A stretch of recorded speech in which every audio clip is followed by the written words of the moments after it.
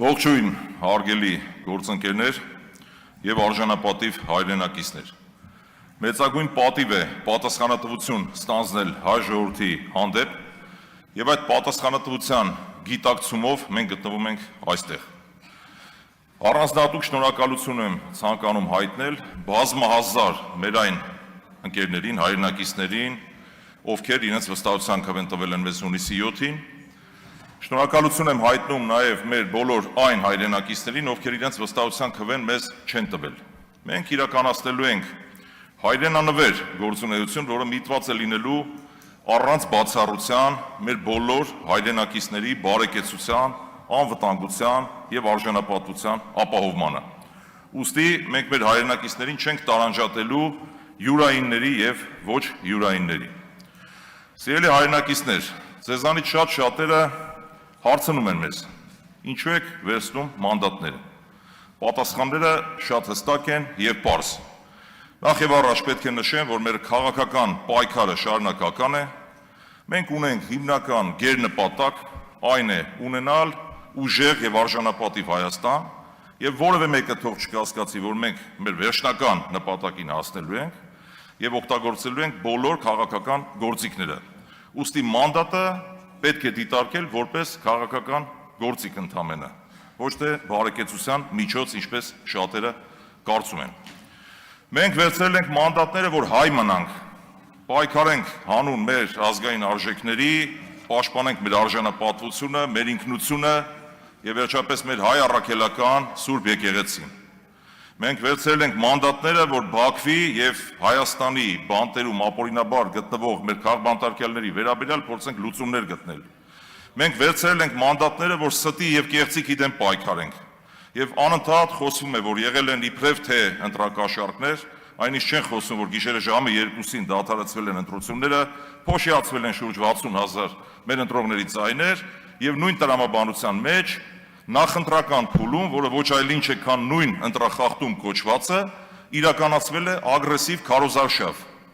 Եվ ես որպես բանական մարդ երբեք չէի պատկերացնի, որ մեր հայրենիքում կլինի գեթ մեկ մարդ, ով կհավատա, որ ընդդիմության հաղթանակի պարագայում իրենք գնալու են Դոնբաս կռվելու։ Եւ քանի որ մարդիկ գտնվել են մոլորության մեջ, ես վստահ եմ, որ նրանցից շատ-շատերը կայացրել են սխալ որոշում, չունենալով այլընտրանքային ինֆորմացիայի աղբյուր, դիտելով հանրային հեռուստաընկերություն եւ տրվելով այդ ագրեսիվ եւ կեղծ քարոզին։ Ուստի նաեւ դա մեր հիմնական նպատակներից մեկն է։ Սիրելի հայրենակիցներ, մենք բերելու ենք նոր քաղաքական մշակույթ։ Մասնավորապես, մեր քաղաքական գործունեությունից սկսած առ այսօր մենք գերազանցապես կամ հիմնականում խոսել ենք հիմնականում մեր անելիքների մասին, թե ինչ ենք մենք անելու, այլ ոչ թե ընդդիմախոսներին սևացնելով, սև PR տանելով, մենք մեր վարկանիշը փորձենք բարձրացնել։ Այդ նոր քաղաքական մշակույթի մեջ է մտնում նաև այն, որ ընտրություններից ընդամենը օրեր անց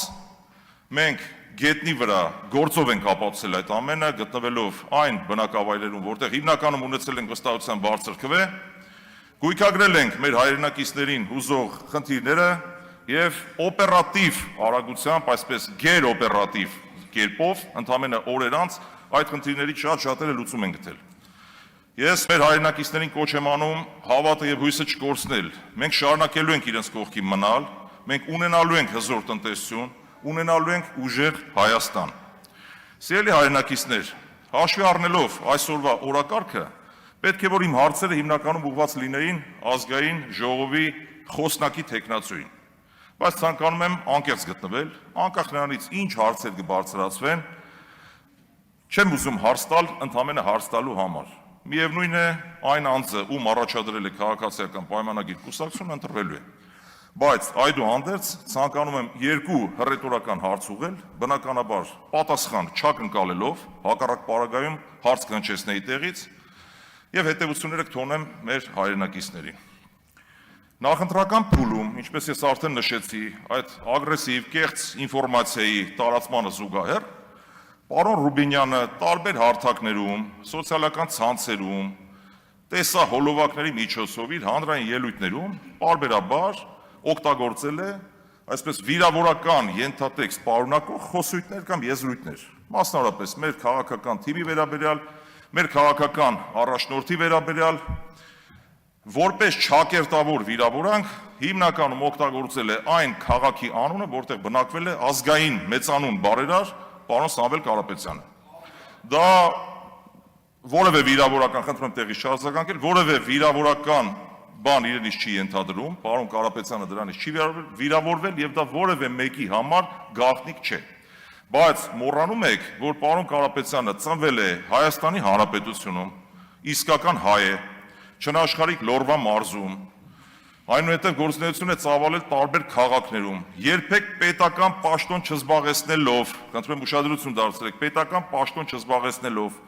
հասել է աներևակայելի արդյունքների եւ իր արդյունքների պտուղները ներդրել է հայրենիքում, բազմամիլիոնանոց, բազմամիլիարդանոց ներդրումների եւ բարեգործությունների տեսքով։ Հարցս հետեւյալն է հռետորական. չեք կարծում, որ այն աստիճանի ամբից կենսագրություն ունի պարոն Կարապետյանը, որ ուրիշ բան չկա ասելու։ Այն քաղաքը, որտեղ նա բնակվել է, օգտագործվում է որպես վիրավորական եզրույթ։ Սա մեկ։ Եվ երկրորդ, ես հարցս ուղղում եմ պարոն Ռուբինյանին եւ շատ ու շատ այլ քաղաքացիական պայմանագիր կուսակցության ներկայացուցիչների։ Դուք հասկանում եք արդյոք, հարցը շատ լուրջ եմ իդեպ հնչեցնում պարոն Ռուբինյանի ասած բարեկիր ձևով, թե ինչ է նշանակում օլիգարխ։ Օլիգարխ բառի իմաստը հասկանում եք թե ոչ։ Եթե ոչ, բացատրեմ շատ մատչելի կերպով։ Օլիգարխը այն անձն է, ով տիրապետելով մեծ ֆինանսական կապիտալի ազդեցություն ունի պետական համակարգի վրա։ Հարցս հետևյալն է. պարոն Ռուբինյան, դուք կարող եք ապացուցել արդյոք, որ պարոն Կարապետյանը ազդեցություն ունի պետական համակարգի վրա։ Նաև հաշվի առնելով այն հանգամանքը, որ ազգային ժողովի խոսնակի թեկնածուն պետք է ունենա որոշակի հատկանիշներ, այն է գնահատի իր խոսքի արժեքը, լինի բազմակողմանի զարգացած, ունենա հավասարակշռելու ունակություն։ Արդյոք եթե դուք չկարողանաք ապացուցել, որ պարոն Կարապետյանը չունի ազդեցություն պետական համակարգի վրա եւ դա այդպես էլ կա, ներողություն խնդրել եւ ասել, որ դուք լավ չեք հասկացել օրինակ օլիգարխ բառի իմաստը։ Ես պատասխան չեմ ակնկալում, բոլոր հետևությունները թողնում եմ մեր հայրենակիցներին։ Շնորհակալություն ուշադրության համար։